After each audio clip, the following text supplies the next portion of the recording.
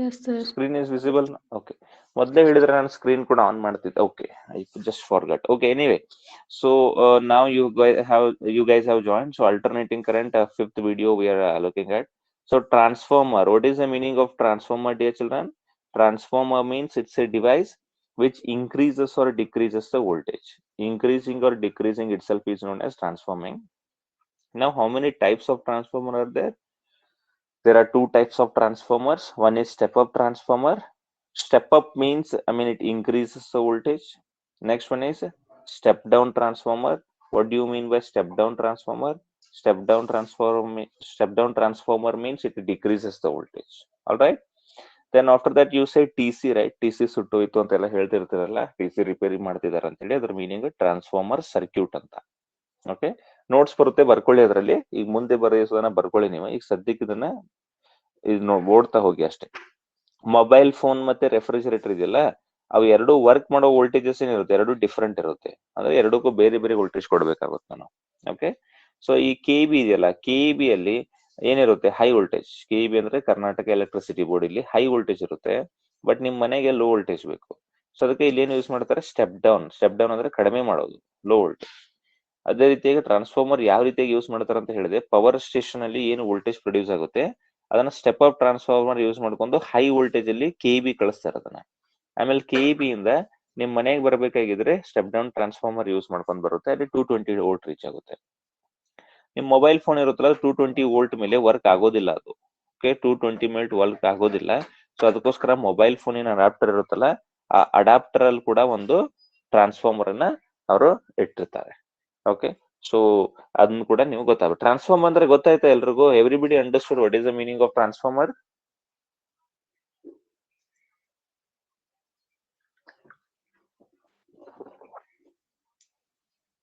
Transformer ಅಂದ್ರೆ ಎಲ್ರಿಗೂ ಅರ್ಥ ಆಯ್ತಾ, ಆಗಿಲ್ಲ? ಹೇಳಿ. ಓಕೆ, ನೆಕ್ಸ್ಟ್ ನೋಡಿ ಇಲ್ಲಿ ಇನ್ನ ಟ್ರಾನ್ಸ್ಫಾರ್ಮರ್ ಯಾವ ರೀತಿಯಾಗಿ ಇದ್ರದ್ದು ಸರ್ಕ್ಯೂಟ್ ಇರುತ್ತೆ ಅಂತ ಹೇಳಿ. Transformer circuit. Okay, transformer circuit ಅಥವಾ ಟ್ರಾನ್ಸ್ಫಾರ್ಮರ್ ಸೆಟಪ್ ಯಾವ ರೀತಿಯಾಗಿರುತ್ತೆ ನೋಡಿ. ಇಲ್ಲಿ ವೆರಿ ಸಿಂಪಲ್. ಇದು ಯಾವ ರೀತಿಯಾಗಿರುತ್ತೆ ಅಂದ್ರೆ, ಮೊದಲಿಗೆ ಒಂದು ಸಾಫ್ಟ್ ಐರನ್ ಕೋರ್ ಇರುತ್ತೆ ಈ ರೀತಿಯಾಗಿ.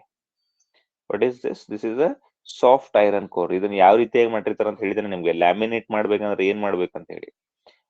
ಲ್ಯಾಮಿನೇಟ್ ಮಾಡ್ಬೇಕಾದ್ರೆ ಏನಂತ ಹೇಳಿದ್ದೆ, ಒಂದು ಸಿಂಗಲ್ ಪೀಸ್ ಶೀಟ್ ಪೇಪರ್ ತರ ಹೆಂಗ್ ಬುಕ್ ಇದೆಯಲ್ಲ, ಬುಕ್ ಅಲ್ಲಿ ಒಂದೊಂದೇ ಪೇಪರ್ ಇದೆಯಲ್ಲ, ಒಂದೊಂದೇ ಪೇಪರ್ ಸೇರಿ ಬುಕ್ ಆಗುತ್ತಲ್ಲ, ಹಂಗ ಒಂದೊಂದೇ ಶೀಟ್ ಎಲ್ಲ ಜೋಡಿಸಿರ್ತಾರೆ, ನಡುವೆ ಇನ್ಸುಲೇಟಿಂಗ್ ಮೆಟೀರಿಯಲ್ ಇಟ್ಟು. ಅದನ್ನ ಕೂಡ ಹೇಳಿದೆ ನಾನು ನಿಮಗೆ. ಸೊ ಇಲ್ಲಿ ಒಂದ್ ಸೈಡ್ ಅಲ್ಲಿ ಏನ್ ಮಾಡಿರ್ತಾರೆ ಅಂದ್ರೆ, ಈ ರೀತಿ ಇಲ್ಲಿ ಕಾಯಿಲ್ ಸುತ್ತಿರ್ತಾರೆ. ಓಕೆ, ಸೊ ಈ ರೀತಿ ಹಿಂಗ್ ಕಾಯಿಲ್ ಸುತ್ತಿರ್ತಾರೆ. ಹಿಂಗ್ ಕಾಯಿಲ್ ಸುತ್ತಿ ಇದಕ್ಕೆ ಒಂದು ಇನ್ಪುಟ್ ಕೊಡ್ತಾರೆ, ಇಲ್ಲಿ AC ಇನ್ಪುಟ್.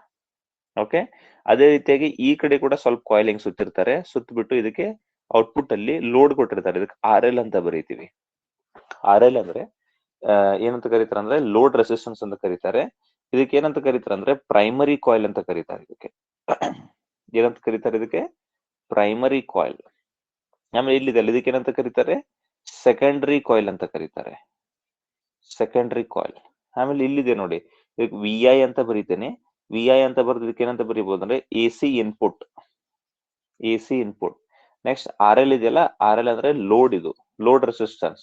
ಈ ಲೋಡ್ ಏನೇನಾಗ್ಬೋದು? This load can be your mobile phone, it can be your refrigerator, it can be your fan, it can be any electrical device, load resistance.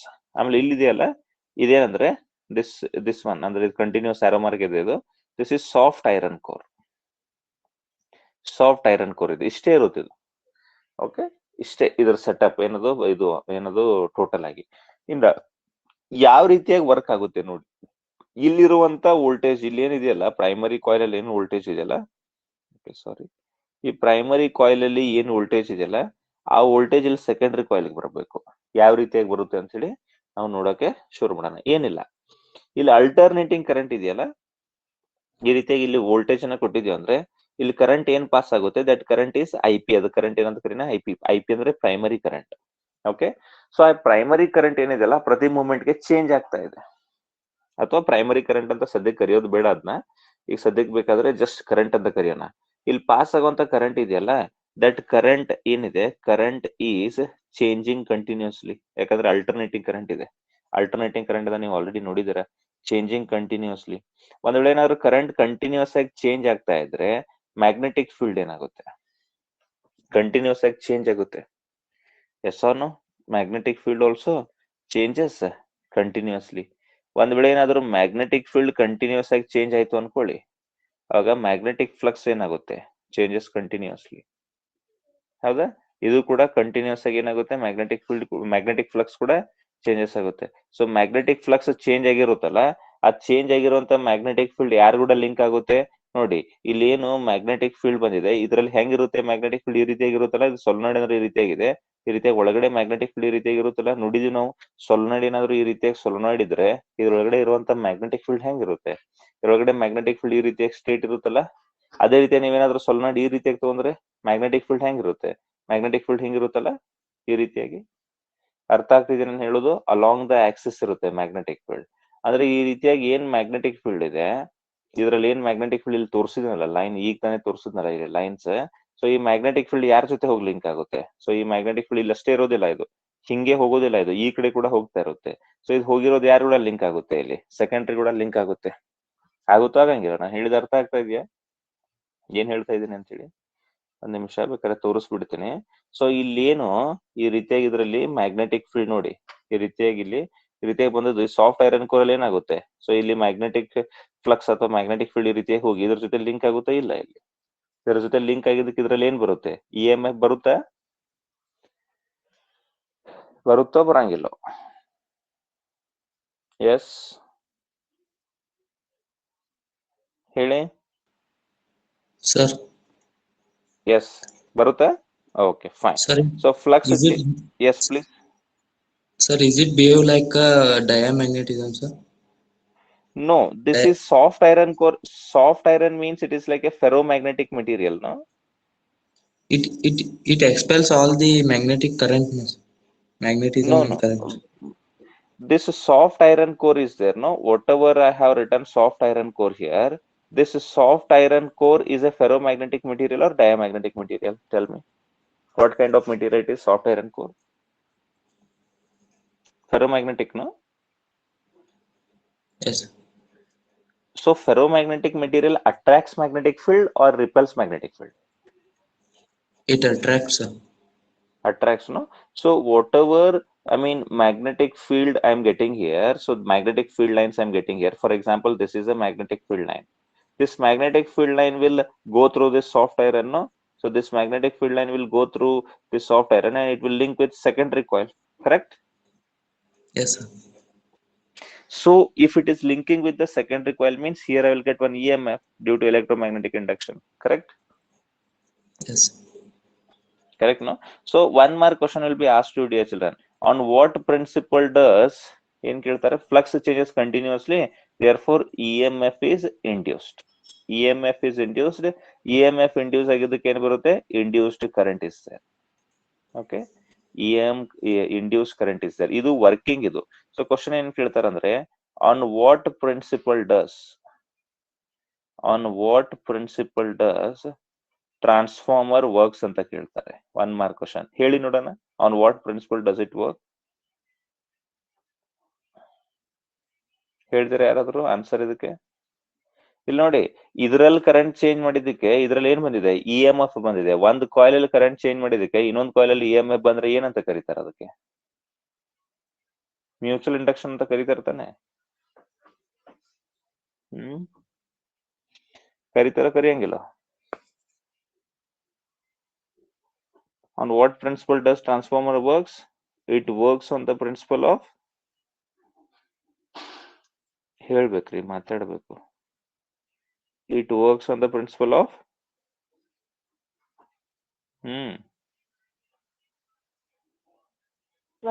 Mutual induction. Mutual induction ಮೇಲೆ ಏನಾಗುತ್ತೆ? Work ಆಗುತ್ತೆ. ಗೊತ್ತಾಯ್ತಾ ಇದು? ಮುಂದಕ್ಕೆ ಹೋಗೋಣ.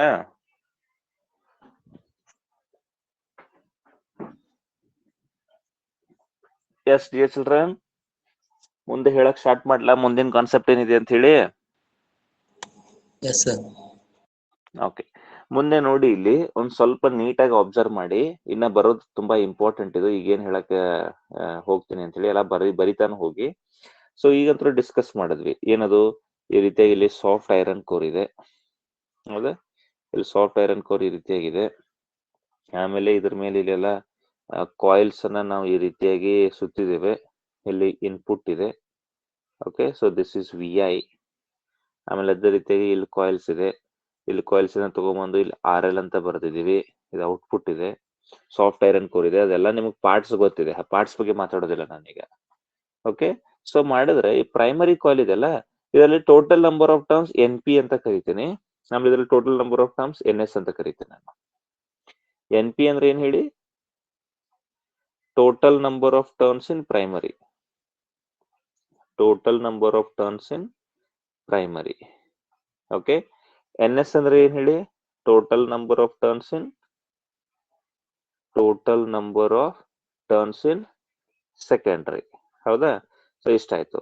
Next ನೋಡಿ ಇಲ್ಲಿ ಇದ್ರಲ್ಲಿ ಏನ್ ಇಲ್ಲಿ ಕರೆಂಟ್ ಹೋಗುತ್ತಲ್ಲ, ಈ ಕರೆಂಟ್ ಇಂದ ಇದು ಏನ್ ಬರುತ್ತೆ ಅಂತ ಹೇಳಿದೆ ನಾನು ನಿಮ್ಗೆ ಆಲ್ರೆಡಿ. ಸೊ ಇಲ್ಲಿ ಏನ್ ಕರೆಂಟ್ ಪಾಸ್ ಮಾಡ್ತೀವಿ, ಈ ಕರೆಂಟ್ ಪಾಸ್ ಮಾಡೋದ್ರಿಂದ ಇದರಲ್ಲಿ ಒಂದು ಏನ್ ಬರುತ್ತೆ, ಮ್ಯಾಗ್ನೆಟಿಕ್ ಫೀಲ್ಡ್ ಪ್ರೊಡ್ಯೂಸ್ ಆಗುತ್ತೆ, ಮ್ಯಾಗ್ನೆಟಿಕ್ ಫೀಲ್ಡ್ ಇಂದ ಮ್ಯಾಗ್ನೆಟಿಕ್ ಫ್ಲಕ್ಸ್ ಬರುತ್ತೆ. ಇದರಲ್ಲಿ ಸೆಲ್ಫ್ ಇಂಡ್ಯೂಸ್ EMF ಕೂಡ ಆಗುತ್ತಾ ಇದರಲ್ಲಿ, ಈ ಕಾಯಿಲ್ ಅಲ್ಲಿ. ಇದ್ರ ಜೊತೆ ಅಂತೂ ಹಾಗೆ ಆಗುತ್ತೆ, ಇದ್ರ ಜೊತೆ ಲಿಂಕ್ ಅಂತೂ ಹಾಗೆ ಆಗುತ್ತೆ. ಇಲ್ಲಿ ಇದ್ರ ಜೊತೆ ಲಿಂಕ್ ಆಗೋದಲ್ದೆ ಇಲ್ಲಿ ಏನಿದೆಯಲ್ಲ, ಈ ಕಾಯಿಲ್ ಏನ್ ತೋರಿಸ್ತಾ ಇದ್ದೇನೆ ನಾನು, ಈ ಕಾಯಿಲ್ ಅಲ್ಲಿ ಸೆಲ್ಫ್ ಇಂಡ್ಯೂಸ್ಡ್ EMF ಕೂಡ ಆಗುತ್ತಾ ಆಗೋದಿಲ್ಲ ಹೇಳಿ ನೋಡೋಣ. ಈ ಕಾಯಿಲ್ ಅಲ್ಲಿ ಇದು ಯಾವ್ದು ತೋರಿಸ್ತಾ ಇದ್ದೇನೆ, ಒಂದೇ ಕಾಯಿಲ್ ಇದೆಯಲ್ಲ, ಪ್ರೈಮರಿ ಕಾಯಿಲ್ ಇದೆ, ಅದ್ರಲ್ಲಿ ಸೆಲ್ಫ್ ಇಂಡ್ಯೂಸ್ಡ್ EMF ಕೂಡ ಆಗುತ್ತೆ ತಾನೆ. Are you understanding my point, what I am trying to say? ಯಾಕಂದ್ರೆ ಅಲ್ಲಿ ಕರೆಂಟ್ ಚೇಂಜ್ ಆಗಿದೆ ಅಂದ್ರೆ ಅದರಲ್ಲೇ ಮ್ಯಾಗ್ನೆಟಿಕ್ ಫೀಲ್ಡ್ ಚೇಂಜ್ ಆಗಿದೆ, ಅದರಲ್ಲೇ ಮ್ಯಾಗ್ನೆಟಿಕ್ ಫೀಲ್ಡ್ ಚೇಂಜ್ ಆಗಿದೆ ಅಂದ್ರೆ ಅದರಲ್ಲೇ ಮ್ಯಾಗ್ನೆಟಿಕ್ ಫ್ಲಕ್ಸ್ ಚೇಂಜ್ ಆಗಿದೆ, ಅದರಲ್ಲೇ ಮ್ಯಾಗ್ನೆಟಿಕ್ ಫ್ಲಕ್ಸ್ ಚೇಂಜ್ ಆಗಿದೆ ಅಂದ್ರೆ ಅದರಲ್ಲೇ ಒಂದು EMF ಬರುತ್ತಾ ಬರಂಗಿಲ್ಲ. ಬಂದಿರುವಂತ EMF ಗೆ ಸೆಲ್ಫ್ ಇಂಡ್ಯೂಸ್ಡ್ EMF ಅಂತ ಕರಿತೀವಿ ತಾನೆ ನಾವು, ಹೇಳಿ ನೋಡೋಣ. ಕನ್ಫರ್ಮ್ ಮಾಡಬೇಕು, ಆಗುತ್ತೋ ಆಗಂಗಿಲ್ಲ. ನೆಕ್ಸ್ಟ್ ಇಲ್ಲಿ ಏನ್ ಸೆಲ್ಫ್ ಇಂಡ್ಯೂಸ್ಡ್ EMF ಆಗುತ್ತೆ ಆಗ್ಲಿ, ಆಮೇಲೆ ಇಲ್ಲಿಂದ ಫ್ಲಕ್ಸ್ ಈ ರೀತಿಯಾಗಿ ಹೋಗಿ ಇದೇನ್ ಮ್ಯಾಗ್ನೆಟಿಕ್ ಫೀಲ್ಡ್ ಇದ್ರ ಕೂಡ ಲಿಂಕ್ ಆಗುತ್ತೆ ಅದು, ಹೌದಾ. ಸೊ ಅದ್ರ ಸಲುವಾಗಿ ಇದರಲ್ಲಿ ಇರುವಂತ ಒಂದ್ ಟರ್ನ್ ಅಲ್ಲಿ ಇದಕ್ಕೆ ಎಷ್ಟು ಫ್ಲಕ್ಸ್ ಬರುತ್ತೆ, ಒಂದ್ ಟರ್ನ್ ಅಲ್ಲಿ ಇದಕ್ಕೆ ಎಷ್ಟು ಫ್ಲಕ್ಸ್ ಬರುತ್ತೆ, ಎರಡೂ ಸೇಮ್ ಇರುತ್ತೆ ತಾನೆ. ಇದ್ರ ಜೊತೆ ಎಷ್ಟು ಫ್ಲಕ್ಸ್ ಲಿಂಕ್ ಆಗಿರುತ್ತೆ ಅದೇ ಸೇಮ್ ಫ್ಲಕ್ಸ್ ಇದ್ರ ಕೂಡ ಲಿಂಕ್ ಆಗುತ್ತೆ. ಸೊ ಅದಕ್ಕೆ ನಾನೇನ್ ಬರೀತೀನಿ ಇಲ್ಲಿ, ಪೈ ಅಂದ್ರೆ ಏನಂತ ತಗೊಳ್ತೀನಿ ಅಂದ್ರೆ flux linked with each turn of primary and secondary coils. Okay, primary ಮತ್ತೆ ಸೆಕೆಂಡರಿ ಕಾಯಿಲ್ಸ್ ಏನಿದಾವೆ ಅದೊಂದು ಪ್ರತಿಯೊಂದು ಟರ್ನ್ ಕೂಡ ಲಿಂಕ್ ಇರುವಂತ ಫ್ಲಕ್ಸ್ ಇದು ಪೈ ಅಂದ್ರೆ. ಓಕೆ, ಪ್ರತಿ ಟರ್ನ್ ನೆನ್ಪಿಟ್ಕೊಳ್ಳಿ. ಇಲ್ಲಿ ನೋಡಿ ನಂಬರ್ ಆಫ್ ಟರ್ನ್ಸ್ ಇಲ್ಲಿ ಬೇರೆ ಇದೆ, ಇಲ್ಲಿ ನಂಬರ್ ಆಫ್ ಟರ್ನ್ಸ್ ಬೇರೆ ಇದೆ, ಬಟ್ ಒಂದ್ ಟರ್ನ್ ಏನಿದೆಯಲ್ಲ, ಇದು ಒಂದ್ ಟರ್ನ್ ಎಷ್ಟಿರುತ್ತೆ, ಆ ಒಂದ್ ಟರ್ನ್ ಏರಿಯಾ ಕೂಡ ಅಷ್ಟೇ ಇರುತ್ತೆ. ಇಲ್ಲಿ ನಂಬರ್ ಆಫ್ ಟರ್ನ್ಸ್ ಬೇರೆ ಇದೆ, ಇಲ್ಲಿ 10 ಟರ್ನ್ ಇದ್ರೆ ಇಲ್ಲಿ 20 ಇರ್ಬೋದು, ಇಲ್ಲಿ 20 ಇಲ್ಲಿ 30 ಇರ್ಬೋದು, ಬಟ್ ಒಂದ್ ಟರ್ನ್ ಏನಿದೆಯಲ್ಲ ಅದರ ಏರಿಯಾ ಮಾತ್ರ ಸೇಮ್ ಇರುತ್ತೆ. ಇಲ್ಲಿ ಎಷ್ಟು ಏರಿಯಾ ಇರುತ್ತೆ, ಇಲ್ಲೂ ಕೂಡ ಅಷ್ಟೇ ಏರಿಯಾ ಇರುತ್ತೆ. ಅಂದ್ರೆ ಇದರಲ್ಲಿ ಎಷ್ಟು ಒಂದ್ ಟರ್ನ್ ಅಲ್ಲಿ ಎಷ್ಟು ಫ್ಲಕ್ಸ್ ಪಾಸ್ ಆಗಿ ಹೋಗುತ್ತೆ ಅಷ್ಟೇ ಫ್ಲಕ್ಸ್ ಇದರಲ್ಲಿ ಕೂಡ ಪಾಸ್ ಆಗಿ ಹೋಗುತ್ತೋ ಹೋಗಂಗಿಲ್ಲ ಹೇಳಿ, ಕನ್ಫರ್ಮ್ ಮಾಡಿ ಮುಂದಕ್ಕೆ ಹೋಗ್ತೀನಿ. ಅಂದ್ರೆ ಇದರಲ್ಲಿ ಎಷ್ಟು ಫ್ಲಕ್ಸ್ ಇದೆ ಒಂದ್ ಟರ್ನ್ ಅಲ್ಲಿ ಅಷ್ಟೇ ಫ್ಲಕ್ಸ್ ಇದರಲ್ಲಿ ಕೂಡ ಇರುತ್ತೆ. Okay, I hope you understood what I am trying to say. Next ಮುಂದ್ ನೋಡಿ, ಈಗ ಟೋಟಲ್ ಫ್ಲಕ್ಸ್ ಇನ್ ಪ್ರೈಮರಿ ಎಷ್ಟಾಗುತ್ತೆ ಹೇಳಿ ನೋಡೋಣ. Total flux in primary okay, good, very good, very good. Phi P ಅಂತ ಕರಿತೀನಿ. ಪೈಪಿ ಅಂದ್ರೆ ಏನು, ಟೋಟಲ್ ಫ್ಲಕ್ಸ್ ಇನ್ ಪ್ರೈಮರಿ ಇದೇನಾಗುತ್ತೆ, NP ಇಂಟು ಪೈ ಆಗುತ್ತೆ ತಾನೆ. ಆಗುತ್ತೋ ಆಗಂಗಿಲ್ಲ ಹೇಳಿ. Yes. Next EMF induced in primary. Okay, EMF induced in primary ಅಂದ್ರೆ EP ಅಂದ್ರೆ EMF induced in primary. ನಮ್ಗೆ ಏನ್ ಗೊತ್ತಿದೆ, ಇದ್ರದ್ದು ಮ್ಯಾಗ್ನಿಟ್ಯೂಡ್ ಎಷ್ಟಿದೆ ಅಂತ ಗೊತ್ತಿದೆಯಲ್ಲ ನಮಗೆ. ಫ್ಯಾರಡೇಸ್ ಸೆಕೆಂಡ್ ಲಾ ಏನಂತ ಹೇಳುತ್ತೆ, so flux linked with primary divided by time, rate of change of flux ಅಂತ ಹೇಳುತ್ತಲ್ಲ ಇದು. ಓಕೆ, ಇದನ್ನ ಪಿ ಅಂತ ಬರೀತೀನಿ, ಯಾಕಂದ್ರೆ ಟೋಟಲ್ ಫ್ಲಕ್ಸ್ ಇನ್ ಪ್ರೈಮರಿ ಬರೀಬೇಕು ನಾನು, ಕರೆಕ್ಟಾ. ಸೊ ಅದ್ರ ಸಲುವಾಗಿ EP ಏನಂತ ಬರೀತೀನಿ ನಾನು, D/dt of primary flux phi P ಅಂತ ಬರೀತೀನಿ. ಬರೋ ತಕ್ಷಣ ಏನಾಗುತ್ತಿದ್ದು D by D T of phi P ಅಂದ್ರೆ ಏನಾಗುತ್ತಿದ್ದು ಎನ್ ಪಿ ಇಂಟು ಪೈ ಆಗುತ್ತೆ. ಕರೆಕ್ಟಾ? ಅರ್ಥ ಆಯ್ತಾ ಇದೇನಂತ ಹೇಳಿ? ಸಲುವಾಗಿ ಏನಾಗುತ್ತೆ ಎನ್ ಪಿ ಅಂದ್ರೆ ಅದೊಂಥರ ಫಿಕ್ಸ್, ಅದನ್ನ ತೆಗೆದ್ಬಿಟ್ಟು ಇಲ್ಲೇನ್ ಬರೀತೀನಿ D phi divided by D T. Minus ಗಿನಸ್ ತಲೆ ಕೆಡಿಸ್ಕೋಬೇಡಿ ಸದ್ಯಕ್ಕೆ. ಸೊ ಈಗ ಇದನ್ನ ಈ ರೀತಿಯಾಗಿ ಇಟ್ಕೊಂಡು ಇದಕ್ಕೆ ಇಕ್ವೇಶನ್ ನಂಬರ್ 1 ಅಂತ ಕರೀರಿ. ನಾನು ಬರ್ದಿರೋದೆಲ್ಲ ಅರ್ಥ ಆಗಿದ್ರೆ ಎಸ್ ಅನ್ನಿ. ಇ ಎಂ ಎಫ್ ಇಂಡ್ಯೂಸ್ ಇನ್ ಪ್ರೈಮರಿ. ಅರ್ಥ ಆಯ್ತಾ? Yes sir. ಓಕೆ. ನೆಕ್ಸ್ಟ್ ಅದೇ ರೀತಿಯಾಗಿ ಟೋಟಲ್ ಫ್ಲಕ್ಸ್ ಇನ್ ಸೆಕೆಂಡ್ರಿ ಎಷ್ಟಾಗುತ್ತೆ ಹೇಳಿ ನೋಡೋಣ. ಟೋಟಲ್ ಫ್ಲಕ್ಸ್ ಇನ್ ಸೆಕೆಂಡ್ರಿ ಎಷ್ಟಾಗುತ್ತೆ? ಟೋಟಲ್ ಫ್ಲಕ್ಸ್ ಇನ್ ಸೆಕೆಂಡ್ರಿ ಅಂದ್ರೆ ಪೈ ಎಸ್ ಅಂತ ಕರಿತೀನಿ. Don't you think it is N S into phi? ಯಾಕಂದ್ರೆ ಪೈ ಅಂದ್ರೆ ಏನಿದೆ? ಪೈ ಅಂದ್ರೆ flux linked with each turn of primary and secondary. ಒಂದು ಟರ್ನ್ ಜೊತೆ ಪೈ ಇದೆ, ಸೊ ಎನ್ ಎಸ್ ಟರ್ನ್ಸ್ ಜೊತೆಗೆ ಎನ್ ಎಸ್ ಇಂಟು ಪೈ ಇರುತ್ತೆ. ಅದನ್ನೇ ಬರ್ತಿದ್ದೀನಿ ಇಲ್ಲಿ. ಹೌದಾ? ಟೋಟಲ್ ಫ್ಲಕ್ಸ್ ಇನ್ ಸೆಕೆಂಡ್ರಿ ಆಯ್ತು. Next E M F induced in secondary ಏನಾಗುತ್ತೆ ಹೇಳಿ ನೋಡೋಣ. E M F induced in okay E M F induced in secondary E S is equal to ಏನಾಗುತ್ತೆ D by D T of phi S. Okay. E S is equal to ಏನಾಗುತ್ತೆ ಈಗ D by D T of phi S ಅಂದ್ರೆ ಏನಿದೆ N S into pi ಅಂತ ಇದೆ. So ಅದ್ ನೀವೇನಾದ್ರೂ E S is equal to ಮಾಡಿದ್ರೆ ಎನ್ ಎಸ್ ಹೊರಗಡೆ ಬರುತ್ತೆ. N S is equal to d phi divided by D t. Let me call it as equation number 2. ಹೌದಾ? ಸೊ ಈಗ equation number 1 divided by equation number 2 ಮಾಡಿ. Equation 1 ಏನಿದೆ E P ಇದೆ. Equation number 2 ಏನಿದೆ E S ಇದೆ. E P by E S is equal to ಏನಾಗುತ್ತೆ ಇದು N P into D phi by D T divided by N S into D phi by D T. So D phi by D T D phi by D T cancel ಆಯ್ತು. Cancel ಆಗಿ ಏನ್ ಬರುತ್ತೆ ಇಲ್ಲಿ E P divided by E S is equal to I got N P divided by N S. Is it clear?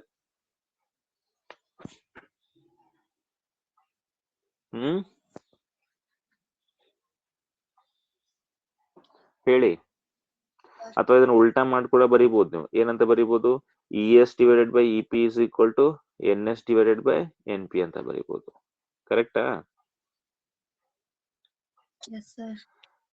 Okay. ನೀವೇನಾದ್ರೂ step up transformer ನೋಡಿದ್ರಿ ಅನ್ಕೊಳ್ಳಿ. Step up transformer ಅಲ್ಲಿ ನೋಡಿದ್ರೆ ಸೆಕೆಂಡರಿ ವೋಲ್ಟೇಜ್ ಹೆಚ್ಚಿಗೆ ಇರಬೇಕಾ ಪ್ರೈಮರಿ ವೋಲ್ಟೇಜ್ ಹೆಚ್ಚಿಗೆ ಇರಬೇಕಾ? Secondary voltage ತಾನೆ. ಸ್ಟೆಪ್ ಅಪ್ ಅಂದ್ರೆ ವೋಲ್ಟೇಜ್ ಹೆಚ್ಚು ಮಾಡೋದು. ಆದ್ರೆ ಸೆಕೆಂಡರಿ ವೋಲ್ಟೇಜ್ ಇ ಎಸ್ ಅಂದ್ರೆ voltage induced in or E M F induced in secondary. ಇದು ಹೆಚ್ಚಿಗೆ ಇರಬೇಕು. ಅದ್ರ ಸಲುವಾಗಿ ಇದರಿಂದ ಏನ್ ಗೊತ್ತಾಗುತ್ತೆ ನಮಗೆ N S should be greater than N P ಅಲ್ಲ. ಸ್ಟೆಪ್ ಅಪ್ ಟ್ರಾನ್ಸ್ಫಾರ್ಮರ್ ಅಲ್ಲಿ number of turns in secondary should be greater than number of turns in primary. Is it clear?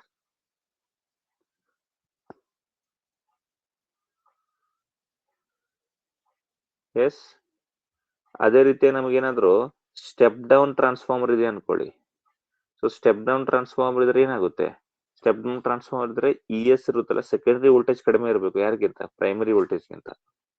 Secondary voltage ಕಡಿಮೆ ಇರೋದಂದ್ರೆ ಸೆಕೆಂಡರಿ ನಂಬರ್ ಆಫ್ ಟರ್ನ್ಸ್ ಏನೇ ಇರಬೇಕು ಕಡಿಮೆ ಇರಬೇಕು. Primary turns ಏನೇ ಇರಬೇಕು ಹೆಚ್ಚಿಗೆ ಇರಬೇಕು. ಅರ್ಥ ಆಯ್ತಾ? ಯಾವ ಕಡೆ ಹೆಚ್ಚಿಗೆ ವೋಲ್ಟೇಜ್ ಬೇಕು ಆ ಕಡೆ ಹೆಚ್ಚಿಗೆ ಟರ್ನ್ಸ್ ಬೇಕು. ಹೆಚ್ಚಿಗೆ ಟರ್ನ್ಸ್ ಇದ್ರೆ ಹೆಚ್ಚಿಗೆ ಫ್ಲಕ್ಸ್ ಆಗುತ್ತೆ. ಹೆಚ್ಚಿಗೆ ಫ್ಲಕ್ಸ್ ಆದ್ರೆ ಹೆಚ್ಚಿಗೆ ಇ ಎಂ ಎಫ್ ಬರುತ್ತೆ. ಗೊತ್ತಾಯ್ತಾ?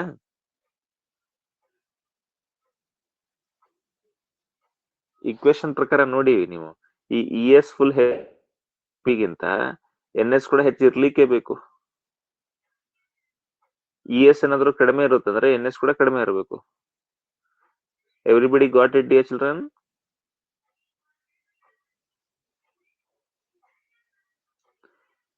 ಗೊತ್ತಾಯ್ತಾ ಇಲ್ಲ? Okay fine. ಸೊ ಅರ್ಥ ಆಗಿದೆ ಅಂತ ಅನ್ಕೊಳ್ತೀನಿ. ಇದು ಯಾವ ಟ್ರಾನ್ಸ್ಫಾರ್ಮರ್ ಅಂತ ಹೇಳಿ ಸುಮ್ಮನೆ ನಾನು ಡಯಾಗ್ರಾಮ್ ತೆಗಿತೇನೆ ರಫ್ ಆಗಿ. ಈ ರೀತಿ ಒಂದು ಕೋರ್ ಇದೆ ಇಲ್ಲಿ. ಅದೇ ಈ ರೀತಿಯಾಗಿ ಕೋರ್ ಇದ್ರೆ ಸೊ ಈಗ ನಾನು ಟ್ರಾನ್ಸ್ಫಾರ್ಮರ್ ಈ ರೀತಿಯಾಗಿ ಮಾಡಿದ್ದೇನೆ. ಇದು ಎ ಸಿ ಇನ್ಪುಟ್. ಇದು ನೆಕ್ಸ್ಟ್ ಈ ಕಡೆ ಹಿಂಗಿದೆ. ಹಂಗಲ್ಲ, ಸಾರಿ ಉಲ್ಟಾ ಅಲ್ಲ, ಈ ರೀತಿಯಾಗಿದೆ. ಅಲ್ಲ ಇದು ಯಾವ ಟ್ರಾನ್ಸ್ಫಾರ್ಮರ್ ಇದೆ ಹೇಳಿ? Step up step down? ಇದು ಸ್ಟೆಪ್ ಡೌನ್. ಸ್ಟೆಪ್ ಡೌನ್ ಅಲ್ಲ, ಕ್ವೈಟ್ ಸಿಂಪಲ್. ಯಾಕಂದ್ರೆ ಸ್ಟೆಪ್ ಡೌನ್ ಇಲ್ಲಿ ಮಾಡ್ಬೇಕು, ನಾನು ಮೆನ್ಷನ್ ಮಾಡ್ಬೇಕು, ಅವಾಗ ಹೇಳಕ್ಕಾಗುತ್ತೆ. Okay, anyway primary and secondary ಗೊತ್ತಾಗುತ್ತೆ ನಿಮ್ಗೆ. ಲೋಡ್ ಯಾವ ಕಡೆ ಇರುತ್ತೆ ಆ ಕಡೆ ಸೆಕೆಂಡರಿ ಅದು. ಸೊ ಇದು ಯಾವ್ದಾಗುತ್ತೆ? Step down transformer. ಯಾಕಂದ್ರೆ ಇಲ್ಲಿ ಕಡಿಮೆ ಇದೆ. Okay, I hope it is clear. Okay, next ನೋಡಿ ಇಲ್ಲಿ ಮುಂದೆ. ಈಗ ಐಡಿಯಲ್ ಟ್ರಾನ್ಸ್ಫಾರ್ಮರ್ ಅಂದ್ರೆ ಐಡಿಯಲ್ ಅಂದ್ರೆ ಮೀನಿಂಗ್ ಏನು? ಐಡಿಯಲ್ ಮೀನಿಂಗ್ ಏನಂದ್ರೆ ಎಷ್ಟು ಇನ್ಪುಟ್ ಪವರ್ ಇರುತ್ತಲ್ಲ ಇನ್ಪುಟ್ ಪವರ್ ಎಷ್ಟಿರುತ್ತೆ ಅಷ್ಟೇ ಔಟ್ಪುಟ್ ಪವರ್ ಇರ್ಬೇಕಲ್ಲ. ಈ ಫಾರ್ ಎಕ್ಸಾಂಪಲ್ ನಾನು ನಿಮ್ಮ ಹತ್ರ ಏನಾದ್ರು 100 ರೂಪಾಯಿ ಕೊಡ್ರಿ, ಅವ್ರಿಗೆ ಕೊಡ್ರಿ ಅಂತ ಹೇಳಿ ನಿಮ್ಮ ಹತ್ರ 100 ರೂಪಾಯಿ ಕೊಟ್ರೆ ನೀವು ಅವ್ರಿಗೆ ಎಷ್ಟು ಕೊಡ್ಬೇಕು? ನೀವೇನಾದ್ರೂ ಒಳ್ಳೆ ಪರ್ಸನ್ ಇದ್ರೆ 100 ರೂಪಾಯಿನ ಹೋಗಿ ಕೊಡ್ಬೇಕು, ಹೌದಾ? ನಿಮ್ಮ ಹತ್ರ ಸ್ವಲ್ಪ ಇಟ್ಕೊಂಡ್ರೆ ನೀವು ಐಡಿಯಲ್ ಪರ್ಸನ್ ಆಗ್ತೀರಾ? ಆಗೋದಿಲ್ಲ. ಹಂಗೆ ಐಡಿಯಲ್ ಟ್ರಾನ್ಸ್ಫಾರ್ಮರ್ ಅಂದ್ರೆ input power should be equal to output power, correct? So input power ಅಂದ್ರೆ ಏನ್ ಹೇಳಿ ನೋಡೋಣ. ಪವರ್ ಅಂದ್ರೆ ಫಾರ್ಮುಲಾ ಏನೈತೆ?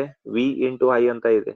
ಆಮೇಲೆ ಔಟ್ಪುಟ್ ಪವರ್ ಅಂದ್ರೂ ಏನಿರುತ್ತೆ? ವಿ ಇಂಟು ಐ ಇರುತ್ತೆ, ಕರೆಕ್ಟ್? ಅಥವಾ ಇಲ್ಲಿ ವಿ ಬದಲಿಗೆ ನಾನು ಏನ್ ಯೂಸ್ ಮಾಡ್ಬೋದು? ಇ ಅಂತ ಯೂಸ್ ಮಾಡ್ಬೋದು. ಇಲ್ಲಿ ವಿ ಬದಲಿಗೆ ಇ ಅಂತ ಯೂಸ್ ಮಾಡ್ಬೋದು. ಇದು ಇನ್ಪುಟ್ ಪವರ್ ಅಂದ್ರೆ ಎಲ್ಲಿ ಕೊಡ್ತೀರಾ ನೀವು? ಪ್ರೈಮರಿ ಕೊಡ್ತೀರಾ. ಇದನ್ನ ಪ್ರೈಮರಿ ಕೊಟ್ಟಿದ್ದಕ್ಕೆ voltage in primary and current in primary. ಆಮೇಲೆ ಇದು ಔಟ್ಪುಟ್ ಪವರ್ ಎಲ್ಲಿ ಬರುತ್ತೆ? ಸೆಕೆಂಡರಿ ಬರುತ್ತೆ. ಅದಕ್ಕೆ voltage in secondary and current in secondary. Is it correct what ever I have written?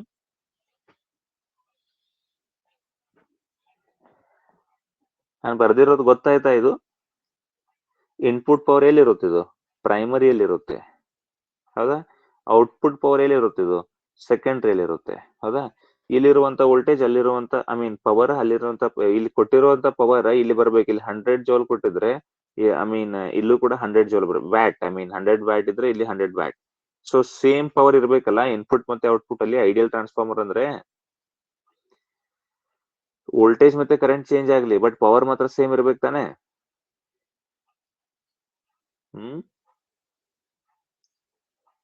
ಹೇಳಿ.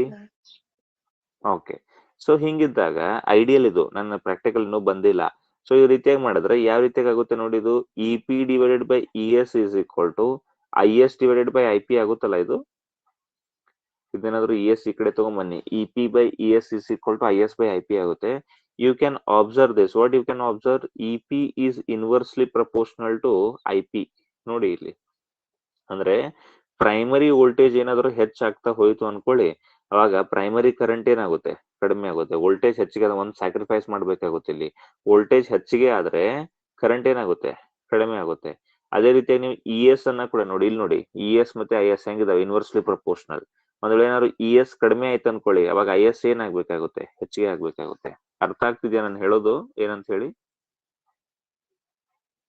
ಎಸ್ ಹೇಳಿ. ಇದ್ರ ಮೇಲೆ ಕ್ವಶನ್ಸ್ ಅನ್ನ ಫ್ರೇಮ್ ಮಾಡ್ಬೋದು. ನಮ್ಗೆ ಇಲ್ಲಿವರೆಗೂ ಏನೇನು ಬಂತ ಹೇಳಿ ನೋಡೋಣ. E P divided by E S is equal to formula ಒಂದೇದೇನು? N P divided by N S ಅಂತ ಬಂತು. ಆಮೇಲೆ ಇನ್ನೊಂದೇನ್ ಬಂತು? ಉಲ್ಟಾ I S divided by I P ಅಂತ ಬಂತು. ಇಷ್ಟು ಫಾರ್ಮುಲಾ ನೆನ್ಪಿಡಕ್ ಆಗುತ್ತೋ ಆಗಂಗಿಲ್ಲ ಹೇಳಿ ನಿಮ್ಗೆ? ಒಂದಂತರೂ ನಂಬರ್ ಆಫ್ ಟರ್ನ್ಸ್ ಡೈರೆಕ್ಟ್ ಆಗಿ ನೆನ್ಪಿಡಿ. ಯಾವ ರೀತಿಯಾಗಿ ವೋಲ್ಟೇಜ್ ಇದೆ ಇಲ್ಲಿ, ಯಾವ ರೀತಿಯಾಗಿ ವೋಲ್ಟೇಜ್ ಇರುತ್ತೆ, ಅದೇ ರೀತಿಯಾಗಿ ಇಲ್ಲಿ ನಂಬರ್ ಆಫ್ ಟರ್ನ್ಸ್ ಕೂಡ ಬರುತ್ತೆ. ಆಮೇಲೆ ಅದ್ರದ್ದು ಉಲ್ಟಾ ಆಗಿ ಏನ್ ಬರುತ್ತೆ? ಇಲ್ಲಿ ಕರೆಂಟ್ ಬರುತ್ತೆ. ಎಷ್ಟು ನೆನ್ಪಿಡಕ್ ಆಗುತ್ತಾ ಮುದ್ದು ಮಕ್ಕಳೇ?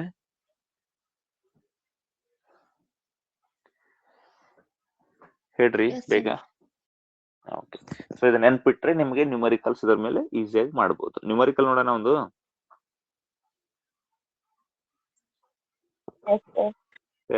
Okay, so there is a transformer. Okay, there is a transformer core like this, and I have winded some turns here, and here I have got input, and here there are some turns. Okay, here there are some turns like this. ರೀತಿಯ turns ಇದೆ. ಇದರಲ್ಲಿ load ಇದೆ. So R L ಅಂತ ಹೇಳಿ. Let me take this N P, number of turns in primary to be, let me take it as 100. Okay, and number of turns in secondary is 200. ಈ ರೀತಿಯಾಗಿದೆ. ಒಂದ್ ವೇಳೆ ಏನಾದ್ರು ನಾನು ಇಲ್ಲಿ ಪ್ರೈಮರಿ ವೋಲ್ಟೇಜ್ ಏನಿದೆಯಲ್ಲ, primary voltage let me take it as 50 volt. 50 volt ಇದೆ. ಇಲ್ಲಿ ಏನ್ ಕೇಳ್ತಿದ್ದಾರೆ ಅವರು? Secondary voltage is equal to question mark. Secondary voltage ಎಷ್ಟಿದೆ ಅಂತ ಕೇಳ್ತಿದ್ದಾರೆ. ಆಮೇಲೆ ಪ್ರೈಮರಿ ಕರೆಂಟ್ ಕೂಡ ಮೆನ್ಷನ್ ಮಾಡಿದ್ದಾರೆ. Let me take this primary current to be 10 ampere. Okay, secondary current ಕೇಳ್ತಿದ್ದಾರೆ. Secondary current equal to question mark. Please do it. Direct ಆಗಿ formula ಗೊತ್ತಿಲ್ಲ. Ideal transformer ಇದು. ಇಲ್ಲಿ ಕೊಟ್ಟಿರೋದು ಐಡಿಯಲ್ ಟ್ರಾನ್ಸ್ಫಾರ್ಮರ್ ಅಂತ ಅನ್ಕೊಂಡ್ ಮಾಡಿ ಅಂತಿದ್ದಾರೆ ಅವರು. ಐಡಿಯಲ್ ಟ್ರಾನ್ಸ್ಫಾರ್ಮರ್ ಅಂತ ಅನ್ಕೊಂಡು ಮಾಡಿ ಅಂತ ಹೇಳಿ. ಐಡಿಯಲ್ ಟ್ರಾನ್ಸ್ಫಾರ್ಮರ್ ಇದ್ರೆ ಏನಿರುತ್ತೆ? E P into I P is equal to E S into I S ಇರುತ್ತಲ್ಲ. Input power equal to output power ಇರುತ್ತಲ್ಲ.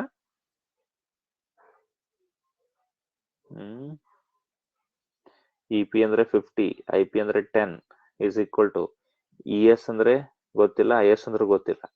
ಓಕೆ, ಈ ಫಾರ್ಮುಲಾ ಸದ್ಯಕ್ಕೆ ವರ್ಕ್ ಆಗೋದಿಲ್ಲ, ಮತ್ತೆ ಬೇರೆ ಫಾರ್ಮುಲಾ ಯೂಸ್ ಮಾಡ್ಬೇಕಾಗುತ್ತೆ, ಹೌದಲ್ಲ? ಯಾಕಂದ್ರೆ ಇ ಎಸ್ ಹಾ ಮಾಡಿ ಅದನ್ನ ಯಾವ ಫಾರ್ಮುಲಾ ಯೂಸ್ ಮಾಡ್ಕೋತೀವಿ? Very good, congratulations. E P by E S is equal to N P divided by N S is equal to I S divided by I P. ಇದೇ formula ಅಲ್ಲ? So ನೀವು use ಮಾಡ್ಕೊಳ್ಳಿ. E P ಅಂದ್ರೆ ಏನಿದೆ? E P ಅಂದ್ರೆ 50 divide by E S ಅಂದ್ರೆ ಗೊತ್ತಿಲ್ಲ, N P ಅಂದ್ರೆ 100, ಎನ್ ಎಸ್ ಅಂದ್ರೆ 200. Okay, 100 1s 100 2s. So 50 divided by E S is equal to 1/2 ಆಗುತ್ತೆ. So E S is equal to ಏನಾಗುತ್ತೆ? 50 ಇಂಟು 2. ಸೊ 50 ಇಂಟು 2 ಅಂದ್ರೆ ಏನಾಗುತ್ತೆ? ಇ ಎಸ್ ಅಂದ್ರೆ 100 ವೋಲ್ಟ್ ಅಲ್ಲ?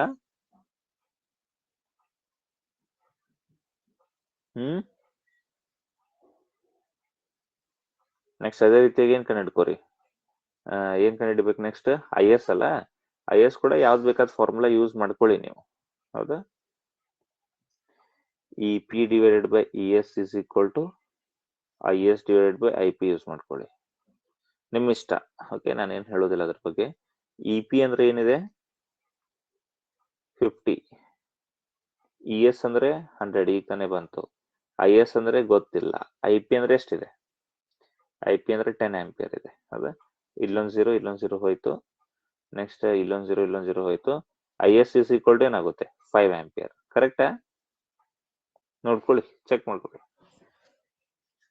ಕ್ಯಾಲ್ಕುಲೇಷನ್ ಮೆಥಡಾಲಜಿ ಯಾವ್ದಾದ್ರು ಫಾಲೋ ಮಾಡಿ, ನಿಮ್ ಇಷ್ಟ. Is it clear?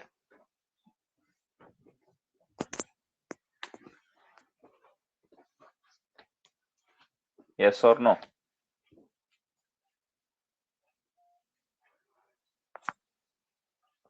Yes, dear children. Okay, ನೋಡಿ ಇಲ್ಲಿ ಇದನ್ನ ಡೈರೆಕ್ಟ್ ಆಗಿ ಮಾಡ್ಬೋದಂತ ವಿಚಾರ ಮಾಡಿ. ನಮ್ಗೆ ಇ ಎಸ್ 100 ವೋಲ್ಟ್ ಬಂದಿದೆ, ಕರೆಂಟ್ 5 ಆಂಪಿಯರ್ ಬಂದಿದೆ. ಇಲ್ಲಿ ನಂಬರ್ ಆಫ್ ಟರ್ನ್ಸ್ ಎಷ್ಟಿತ್ತು ನನ್ನ ಹತ್ರ? ಮೊದಲು 100 ಇತ್ತಲ್ಲ, ಆ 100 ಇರೋದು ಎಷ್ಟಾಗಿದೆ? 200 ಆಗಿದೆ. ಡಬಲ್ ಆಗಿದೆ ಅಂದ್ರೆ ವೋಲ್ಟೇಜ್ ಕೂಡ ಡಬಲ್ ಆಗ್ಬೇಕಲ್ಲ? ಯಾಕಂದ್ರೆ ನಂಬರ್ ಆಫ್ ಟರ್ನ್ಸ್ ಎಷ್ಟಿರುತ್ತೆ ಅದ್ರ ಮೇಲೆ ಡಿಪೆಂಡ್ ಇರುತ್ತೆ. ಇಲ್ಲಿ ನಂಬರ್ ಆಫ್ ಟರ್ನ್ಸ್ 100 ಇರೋದು, ಇಲ್ಲಿ 200 ಆಗಿದೆ ಅಂದ್ರೆ ವೋಲ್ಟೇಜ್ 50 ಇರೋದು ಎಷ್ಟಾಗ್ಬೇಕು? 100 ಆಗ್ಬೇಕು. ವೋಲ್ಟೇಜ್ 50 100 ಆಗಿದೆಯಲ್ಲ ನೋಡಿ, ಇಲ್ಲಿ 100 ವೋಲ್ಟ್ ಬಂದಿದೆಯಲ್ಲ ಇಲ್ಲಿ. ಇವನ್ ನೀವು ಕ್ಯಾಲ್ಕುಲೇಷನ್ ಮಾಡದೆ ಕೂಡ ಹೇಳ್ಬೋದು ತಾನೆ, ನಂಬರ್ ಆಫ್ ಟರ್ನ್ಸ್ ನೋಡ್ಕೊಂಡು. ಅಂದ್ರೆ ಡಬಲ್ ಆಗ್ತಾ ಇದ್ರೆ ಆ ರೀತಿಯಾಗಿ. ಈಗ ನಾನೇನಾದ್ರೂ ಕ್ವಶನ್ ಕೇಳಿದೆ ಅನ್ಕೊಳ್ಳಿ ನಿಮ್ಗೆ, ಮತ್ತೆ ಅದೇ ರೀತಿ ಕರೆಂಟ್ ನೋಡಿ. ಕರೆಂಟ್ ಏನಿದೆ ಇಲ್ಲಿ? 10 ಆಂಪಿಯರ್ ಇತ್ತು, ಕರೆಂಟ್ 10 ಆಂಪಿಯರ್ ಇರೋದು ಎಷ್ಟಾಗಿದೆ ಇಲ್ಲಿ? 5 ಆಂಪಿಯರ್ ಆಗ್ಬೇಕಿದು. ಬಂದಿದೆ ತಾನೆ 5 ಆಂಪಿಯರ್ ಅಂತ? ಎಸ್, ಅರ್ಥ ಆಯ್ತಾ ನಾನು ಹೇಳಿದ್ದು? ಈಗ ನೋಡಿ, ಈಗ ಇಲ್ಲಿ ಕಾಯಿಲ್ ಇದೆ, ಈ ರೀತಿಯಾಗಿ ಕಾಯಿಲ್ ಇದೆ. ಅಂದ್ರೆ ಈ ರೀತಿಯ ಕಾಯಿಲ್ ಅಂದ್ರೆ ಅದೇ ಇದು ಏನಂತಾರೆ ಅದಕ್ಕೆ? ಇದು ಏನಪ್ಪ ಅದು? ಸಾಫ್ಟ್ ಐರನ್ ಕೋರ್ ಈ ರೀತಿಯಾಗಿದೆ. ಸೊ ಇಲ್ಲಿ ನಂಬರ್ ಆಫ್ ಟರ್ನ್ಸ್ ಎಷ್ಟಿದೆ ಅಂದ್ರೆ 150 ಇದೆ. ಇಲ್ಲಿ ನಂಬರ್ ಆಫ್ ಟರ್ನ್ಸ್ ಎಷ್ಟಿದೆ ಅಂದ್ರೆ 200 ಇದೆ, ಹೌದಾ? ಇಲ್ಲಿ ಏನಾದ್ರು ಪ್ರೈಮರಿ ವೋಲ್ಟೇಜ್ ಏನಾದ್ರು 100 ವೋಲ್ಟ್ ಇದ್ರೆ ಸೆಕೆಂಡರಿ ವೋಲ್ಟೇಜ್ ಎಷ್ಟಾಗುತ್ತೆ ಹೇಳಿ ನೋಡೋಣ? Can somebody tell me? ಇಲ್ಲಿ ಎಷ್ಟು ಇನ್ಕ್ರೀಸ್ ಆಗಿದೆ? ಅದು 4 times number of turns increase ಆಗಿದೆಯಾ? ಸೊ ವೋಲ್ಟೇಜ್ ಕೂಡ 4 ಟೈಮ್ಸ್ ಆದ್ರೆ ಎಷ್ಟಾಗುತ್ತೆ? ಇದು 400 ವೋಲ್ಟ್. ಬೇಕಾದ್ರೆ ಮಾಡಿ ನೋಡಿ ಕ್ಯಾಲ್ಕುಲೇಷನ್, ಅದೇ ಬರುತ್ತೆ. ಒಂದ್ ವೇಳೆ ಏನಾದ್ರು ಇಲ್ಲಿ ಕರೆಂಟ್ 40 ಆಂಪಿಯರ್ ಆಗಿತ್ತು ಅನ್ಕೊಳ್ಳಿ, ಈ ಕಡೆ ಬರುವಷ್ಟು ಕರೆಂಟ್ ಏನಾಗಿರುತ್ತೆ ಸೆಕೆಂಡ್ರಿಯಲ್ಲಿ? 4 ಟೈಮ್ಸ್ ಕಡಿಮೆ ಆಗಿರುತ್ತೆ, ಅಂದ್ರೆ 10 ಆಂಪಿಯರ್ ಆಗಿರುತ್ತೆ. ವೋಲ್ಟೇಜ್ ಸ್ಟೆಪ್ ಅಪ್ ಅಲ್ಲಿ ಹೆಚ್ಚಾಗುತ್ತೆ, ಕರೆಂಟ್ ಕಡಿಮೆ ಆಗುತ್ತೆ ತಾನೆ? ಅಂಡರ್ಸ್ಟುಡ್?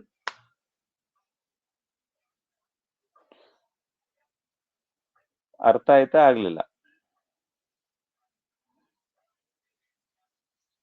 ಇಲ್ಲಿ ಹೇಳಿದ್ದೆಲ್ಲಾನು ಅರ್ಥ ಆಯ್ತಾ? ಇದು ನಾನು ಏನ್ ಹೇಳಿದೆ ಅಂತ ಹೇಳಿ? All of you understood this or no? Yes, sir. Okay, direct ಆಗಿ ಕ್ಯಾಲ್ಕುಲೇಷನ್ ಮಾಡದೆ ಕೂಡ ಡೈರೆಕ್ಟ್ ಆಗಿ ಹೇಳ್ಬೋದು. ಇದೊಂದು ಮಾಡಿ ಅಂದ್ರೆ ಕಾನ್ಫಿಡೆನ್ಸ್ ಬರುತ್ತೆ. ಈ ರೀತಿಯಾಗಿ ಒಂದು ಕೋರ್ ಇದೆ, ಹೌದಾ? ಸೊ ಕೋರ್ ಇದ್ರೆ ಈ ಕಡೆ ಮತ್ತೆ ಎ ಸಿ ಕೊಟ್ಟಿದೀವಿ, ಆಮೇಲೆ ಈ ಕಡೆ ಮತ್ತೆ ಈ ರೀತಿಯಾಗಿ ಸೆಕೆಂಡ್ರಿ ಇದೆ, ಲೋಡ್ ಇದೆ. ನಾನು ಏನ್ ಹೇಳ್ತೀನಿ ಅಂದ್ರೆ ಇಲ್ಲಿ ಇ ಪಿ ಎಷ್ಟಿದೆ ಅಂದ್ರೆ E P is equal to 100 volt ಇದೆ.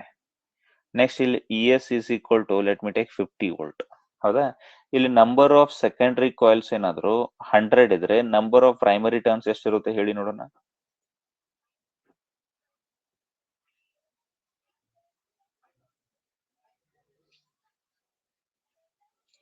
ಅಲ್ಲ ನೀವು ಕ್ಯಾಲ್ಕುಲೇಷನ್ ಅಂತೂ ಮಾಡ್ಬೋದು. ಕ್ಯಾಲ್ಕುಲೇಷನ್ ಅಂತೂ ಹೆಂಗ್ ಮಾಡ್ತೀರಾ ನೀವು? ಕ್ಯಾಲ್ಕುಲೇಷನ್ ಗೊತ್ತಿದೆ ನಿಮಗೆ, ಏನದು?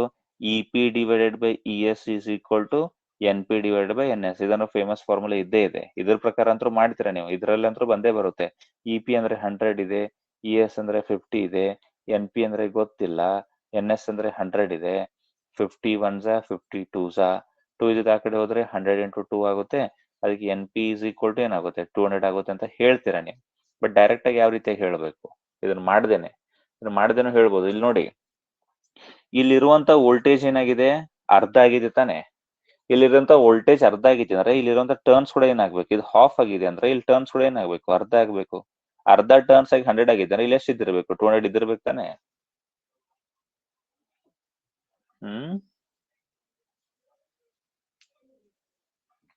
ಹೇಳ್ರಿ.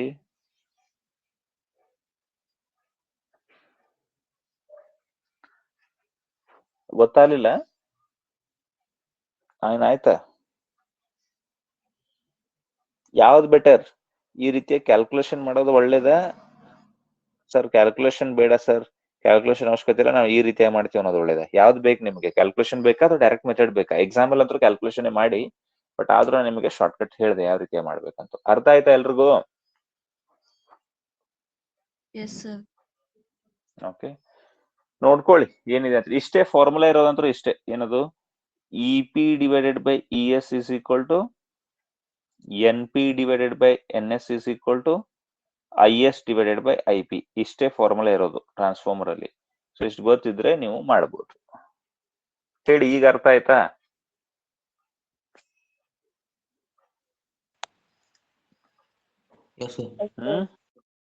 ಓಕೆ, ನೆಕ್ಸ್ಟ್ ಈಗ ಪ್ರಾಕ್ಟಿಕಲ್ ಟ್ರಾನ್ಸ್ಫಾರ್ಮರ್ ಇರುತ್ತಲ್ಲ, ಪ್ರಾಕ್ಟಿಕಲ್ ಐಡಿಯಲ್ ಟ್ರಾನ್ಸ್ಫಾರ್ಮರ್ ಬಗ್ಗೆ ಡಿಸ್ಕಷನ್ ಮಾಡಿದೀವಿ ಈಗ. ಸೊ ಪ್ರಾಕ್ಟಿಕಲ್ ಟ್ರಾನ್ಸ್ಫಾರ್ಮರ್ ಅಲ್ಲಿ ಈ E P into I P, input power ಮತ್ತೆ output power, E S into I S ಎರಡು ಸೇಮ್ ಇರೋದಿಲ್ಲ. ಇವು ಎರಡು ಈಕ್ವಲ್ ಇರೋದಿಲ್ಲ. ಎರಡು ಈಕ್ವಲ್ ಇರೋದಿಲ್ಲ ಅಂದ್ರೆ ಯಾವ್ದು ದೊಡ್ಡದಿರುತ್ತೆ? ಇನ್ಪುಟ್ ಯಾವತ್ತು ದೊಡ್ಡದಿರುತ್ತೆ, ಔಟ್ಪುಟ್ ಯಾವತ್ತು ಏನಿರುತ್ತೆ? ಕಡಿಮೆ ಇರುತ್ತೆ. ಸೊ ಈ ಇನ್ಪುಟ್ ಏನ್ ಹೆಚ್ಚಿಗೆ ಕೊಟ್ಟಿರ್ತೀವಲ್ಲ, ಇದು ಹೆಚ್ಚಿಗೆ ಇದೆ. ಸೊ ಈ ಇನ್ಪುಟ್ ಅಲ್ಲಿ ಸ್ವಲ್ಪ ಲಾಸ್ ಆಗ್ಬಿಡುತ್ತೆ ಇಲ್ಲಿ. ಅಂದ್ರೆ ಔಟ್ಪುಟ್ ಬರೋಷ್ಟಿಗೆ ನೀವೇನಾದ್ರೂ ಇಲ್ಲಿ 100 ವ್ಯಾಟ್ ಕೊಟ್ಟಿದ್ರೆ ಇಲ್ಲಿ ಮೇ ಬಿ 80 ವ್ಯಾಟ್ ಬರ್ಬೋದು. ಹೌದಾ?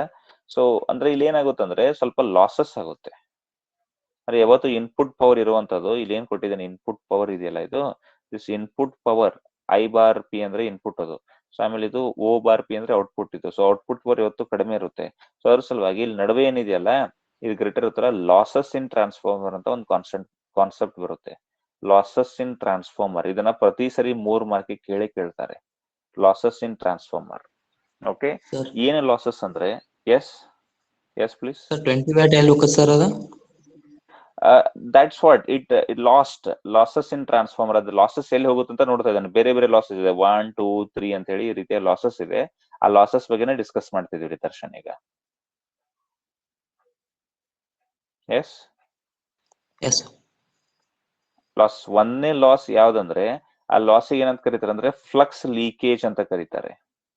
Flux leakage, loss due to flux leakage. Flux leakage ಅಂತ ಬರೆಯೋ ಬದಲಿಗೆ ಏನಂತ ಬರೀಬಹುದು ನೀವು? Loss due to flux leakage. ಒಂದೇದಿದು loss due to flux leakage. ಯಾವ ರೀತಿಯಾಗಿ ಆಗುತ್ತೆ ಅಂತ ನೋಡಿ ಇಲ್ಲಿ.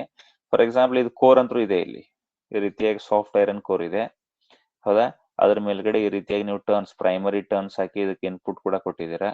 ಆಮೇಲೆ ಈ ರೀತಿಯಾಗಿ ಇದರಲ್ಲಿ ಕೂಡ ಟರ್ನ್ಸ್ ಹಾಕಿ ಇದರಲ್ಲಿ ಔಟ್ಪುಟ್ ತಗೊಂಡಿದ್ದೀರಾ. ಈಗ ಇಲ್ಲಿ ಏನಿದೆಯಲ್ಲ, ಇದೇನು ಪ್ರೈಮರಿ ಟರ್ನ್ಸ್ ಇದೆ. ಪ್ರೈಮರಿ ಟರ್ನ್ಸ್ ಇಂದ ಯಾವ ರೀತಿಯಾಗಿ ಆಗುತ್ತಿದ್ದು? ಈ ರೀತಿ ಇದಂತೂ ಕೋರ್ ಇತ್ತಿದು. ಹೌದಾ? ಕೋರ್ ಒಂದು ಸ್ವಲ್ಪನೇ ಮಾತ್ರ ತೆಗೆದಿದೆ ನಾನು. ಈ ರೀತಿಯಾಗಿ ಇದರಲ್ಲಿ ಏನ್ ಫ್ಲಕ್ಸ್ ಬಂದಿರೋ, ಮ್ಯಾಗ್ನೆಟಿಕ್ ಫೀಲ್ಡ್ ಚೇಂಜ್ ಆಗಿರುತ್ತೆ, ಫ್ಲಕ್ಸ್ ಬಂದಿರುತ್ತೆ, ಅದು ಹೋಗಿ ಈ ರೀತಿಯಾಗಿ ಇದ್ರ ಜೊತೆ ಲಿಂಕ್ ಆಗುತ್ತೆ. ಇದ್ರ ಒಳಗಡೆಯಿಂದ ಪಾಸ್ ಆಗುತ್ತೆ, ಹೊರಗಡೆಯಿಂದ ಅಲ್ಲ, ಇದ್ರ ಒಳಗಡೆಯಿಂದ ಪಾಸ್ ಆಗಿ ಈ ರೀತಿಯಾಗಿ ಹೋಗಿ ಲಿಂಕ್ ಆಗ್ತಾ ಇರುತ್ತೆ. ಈ ಕಡೆ ನೋಡಿ, ಈಗ ಮ್ಯಾಗ್ನೆಟಿಕ್ ಫೀಲ್ಡ್ ಲೈನ್ ಹಿಂಗ್ ಮಾತ್ರ ಇರೋದಿಲ್ಲ, ಹಿಂಗ್ ಕೂಡ ಇರುತ್ತೆ ತಾನೆ ಮ್ಯಾಗ್ನೆಟಿಕ್ ಫೀಲ್ಡ್ ಲೈನ್. ಈ ರೀತಿಯ ಕೂಡ ಇರುತ್ತೆ ತಾನೆ magnetic field line. Okay, may be direction ನಾನು ಅಪೋಸಿಟ್ ತೋರಿಸಿದ್ದೇನೆ ಅನ್ಸುತ್ತೆ. ಸೊ ಈ ರೀತಿಯಾಗಿ ಮ್ಯಾಗ್ನೆಟಿಕ್ ಫೀಲ್ಡ್ ಲೈನ್ಸ್ ಈ ಕಡೆ ಕೂಡ ಇರುತ್ತೆ ತಾನೆ. ನೋಡಿ ಇಲ್ಲಿ ಈ ಕಡೆ ಇರುವಂತ, ಇಲ್ಲಿ ಇರ್ದೆಯಲ್ಲ, ಇಲ್ಲಿ ಏನ್ ಫ್ಲಕ್ಸ್ ಬಂತಲ್ಲ, ಈಗ ನಾನು ಏನ್ ಫ್ಲಕ್ಸ್ ತೋರಿಸಿದನಲ್ಲ, ಈ ಫ್ಲಕ್ಸ್ ಏನಾದ್ರು ಹೋಗಿ ಸೆಕೆಂಡರಿ ಕೂಡ ಲಿಂಕ್ ಆಗ್ತಾ ಇದೆಯಾ, ಆಗ್ತಾ ಇಲ್ವಾ? ಆಗ್ತಾ ಇಲ್ಲ ತಾನೆ ಅದು. I mean it got leaked, right? ಇಲ್ಲಿರುವಂತ ಫ್ಲಕ್ಸ್ ಏನಾಯ್ತು? ಇದು ಲೀಕ್ ಆಯ್ತು. ಸೊ ಲೀಕ್ ಆಗೋದ್ರಿಂದ ಇಲ್ಲಿ ನೋಡಿ, ಇದೇನಾಯ್ತು? ಇದು ಕೂಡ ಲೀಕ್ ಆಯ್ತು. ಇದೆಲ್ಲ ಹೋಗಿ ಅದ್ರ ಜೊತೆ ಲಿಂಕ್ ಆಗಿಲ್ಲ ಅಂದ್ರೆ ಲೀಕ್ ಆಗಿದ್ದಕ್ಕೆ ಲಾಸ್ ಆಗುತ್ತೋ ಆಗಂಗಿಲ್ಲ ಇಲ್ಲಿ ಹೇಳಿ ನೋಡೋಣ. Did you understand what I said? Yes, sir. Okay, so that is first one, loss due to flux leakage. That is the first one. Okay, next second one ನೋಡಿ ಇಲ್ಲಿ. Second one ಏನಿದೆ ಅಂದ್ರೆ loss due to resistance of winding. Resistance of windings. Okay, ಆಮೇಲೆ ಇಲ್ಲೇ ಇದು ಬೇಕಾದ್ರೆ ಎರಡನೇದು ಬರ್ಕೊಳ್ಳಿ, ಆಮೇಲೆ ಹೆಂಗ್ ಲಾಸಸ್ ಕಡಿಮೆ ಮಾಡ್ಬೇಕಂತ ಅದನ್ನು ಕೂಡ ನೋಡೋಣ. Loss due to resistance of winding. ಹೌದಾ? ಸೊ ಈಗ ರೆಸಿಸ್ಟೆನ್ಸ್ ಹೆಚ್ಚಿದ್ರೆ ಹೀಟ್ ಆಗೋದೇ ತಾನೆ, ಹೀಟಿಂಗ್ ಎಫೆಕ್ಟ್ ಇರುತ್ತಲ್ಲ, ಹೀಟಿಂಗ್ ಎಫೆಕ್ಟ್ ಏನ್ ಗೊತ್ತಿದೆ ನಮಗೆ? I²RT ಅಂತ ಗೊತ್ತಿದೆಯಲ್ಲ. ಹೀಟ್ ಎಷ್ಟಾಗುತ್ತೆ? ಜೌಲ್ಸ್ ಲಾ ಆಫ್ ಹೀಟಿಂಗ್ ಅಂತ 10th ಅಲ್ಲಿ ಕೂಡ ಓದಿದ್ರಿ ನೀವು, I²RT ಅಂತ ಹೇಳಿ. ನೀವೇನಾದ್ರೂ ರೆಸಿಸ್ಟೆನ್ಸ್ ಹೆಚ್ಚಿಗೆ ಇಟ್ರೆ ಅವಾಗ ಏನಾಗುತ್ತೆ? ಹೀಟ್ ಹೆಚ್ಚಿಗೆ ಆಗುತ್ತೆ. ರೆಸಿಸ್ಟೆನ್ಸ್ ಹೆಚ್ಚಿಗೆ ಇದ್ದಷ್ಟು ಹೀಟ್ ಹೆಚ್ಚಿಗೆ ಆಗುತ್ತೆ.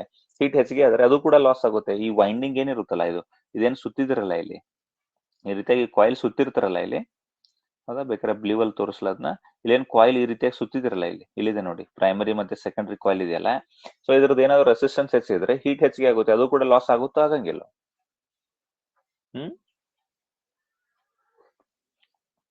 S, please tell me.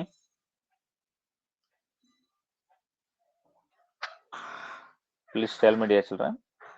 Winding ಅಂದ್ರೆ ಇದೆ, ಕಾಯಿಲ್ ಸುತ್ತಿದೀವಲ್ಲ, ವೈಂಡಿಂಗ್ ಅಂದ್ರೆ ಕಾಯಿಲ್ ಅಷ್ಟೇ, ಮತ್ತೇನಿಲ್ಲ. Is it clear? Yes, sir. Okay, ಮತ್ತೆ ಇನ್ನೇನ್ ಮಾಡ್ಬೇಕು? ಲಾಸ್ ಡ್ಯೂ ಟು ರೆಸಿಸ್ಟೆನ್ಸ್ ಅಂದ್ರೆ ರೆಡ್ಯೂಸ್ ದ ರೆಸಿಸ್ಟೆನ್ಸ್. ರೆಸಿಸ್ಟೆನ್ಸ್ ಅನ್ನ ಯಾವ ರೀತಿ ರೆಡ್ಯೂಸ್ ಮಾಡ್ಬೇಕು ನೋಡಿ ಇಲ್ಲಿ. R is equal to formula ಏನಿದೆ, ರೋಯಲ್ ಬೈ ಎ ಅಂತ ಇದೆಯಾ. ನೀವು ಏರಿಯಾ ಹೆಚ್ಚು ಮಾಡಿದ್ರೆ ಅನ್ಕೊಳ್ಳಿ, ಏರಿಯಾ ಹೆಚ್ಚು ಮಾಡಿದ್ರೆ ಮೀನಿಂಗ್ ಏನೋ ಥಿಕ್ ವೈರ್ಸ್ ಅನ್ನ ಯೂಸ್ ಮಾಡ್ಬೇಕು. ನೀವೇನಾದ್ರು ಥಿಕ್ ವೈರ್ಸ್ ಅನ್ನ ಯೂಸ್ ಮಾಡಿದ್ರೆ ರೆಸಿಸ್ಟೆನ್ಸ್ ಏನಾಗುತ್ತೆ? ಕಡಿಮೆ ಆಗುತ್ತಲ್ಲ. ಇದನ್ನ ಹೆಚ್ಚಿಗೆ ಮಾಡಿದ್ರೆ ಇದೇನಾಗುತ್ತೆ? ಕಡಿಮೆ ಆಗುತ್ತೆ ಆಗಂಗಿಲ್ಲ? ಹೇಳಿ ನೋಡೋಣ. Yes, by using thick wires. Okay, by using thick, ಇಲ್ಲಿ ಬರ್ದಿದ್ದೇನೆ already. By using thick wires area is increased, resistance is decreased, and loss due to resistance loss is reduced. Okay, ಹಂಗಿದೆ ಅಂತ ಹೇಳಿ ಸಿಕ್ಕಾಪಟ್ಟಿ ದಪ್ಪ ಇರುವಂತ ವೈರ್ ಯೂಸ್ ಮಾಡಕ್ ಬರೋದಿಲ್ಲ. Transformer ಅಲ್ಲಿ ತಿನ್ ವೈರ್ ಇರುತ್ತೆ, ನೋಡಿದ್ರೆ ನೀವು. ಸಿಕ್ಕಾಪಟ್ಟಿ ದಪ್ಪ ಇರೋದಿಲ್ಲ. ದಪ್ಪ ಅಂದ್ರೆ ಈ ರೀತಿಯಾಗಿ ದೊಡ್ಡ ಸಿಲಿಂಡರ್, ಒಂದು ಹಗ್ಗದ ಟೈಪ್ ಯೂಸ್ ಮಾಡಕ್ ಬರೋದಿಲ್ಲ. ಓಕೆ, ಒಂದು ಲೆವೆಲ್ಗೆ ಯೂಸ್ ಮಾಡ್ಬೇಕಾಗುತ್ತೆ. ಅದು ಯಾವ ಕಡೆ ಥಿಕ್ ವೈರ್ ಯೂಸ್ ಮಾಡ್ಬೇಕಂದ್ರೆ, on which side more current is there. ಇಲ್ಲಿ ನೋಡಿ, ಕರೆಂಟ್ I² ಇಂದ ಇದು ಆಗ್ತಾ ಇದೆ. ಅದ ಯಾವ ಕಡೆ ಕಡಿಮೆ ಕರೆಂಟ್ ಇರುತ್ತಲ್ಲ ಆ ಕಡೆ ಥಿಕ್ ವೈರ್ಸ್ ಅನ್ನ ಯೂಸ್ ಮಾಡ್ಬೇಕು. ಗೊತ್ತಾಯ್ತಾ? ಜಾಸ್ತಿ ಕರೆಂಟ್ ಇರೋ ಕಡೆ ಥಿಕ್ ವೈರ್ ಯೂಸ್ ಮಾಡಿದ್ರೆ ಯೂಸ್ ಇಲ್ಲ. ಓಕೆ, ಯಾಕಂದ್ರೆ ಥಿಕ್ ವೈರ್ ನೀವು ಹೆಂಗ್ ಥಿಕ್ ವೈರ್ ಯೂಸ್ ಮಾಡ್ತಾ ಹೋಗ್ತೀರಾ, ಹಂಗ್ ಥಿಕ್ ವೈರ್ ಯೂಸ್ ಮಾಡ್ದಂಗೆ ಕಾಸ್ಟ್ ಕೂಡ ಹೆಚ್ಚಾಗುತ್ತೆ. ಹೌದಾ? ಹಂಗ ಎಲ್ಲಿ ಬೇಕಾದಲ್ಲಿ ಥಿಕ್ ವೈರ್ಸ್ ಗಳನ್ನ ಯೂಸ್ ಮಾಡಕ್ ಬರೋದಿಲ್ಲ. Thick wire should be used on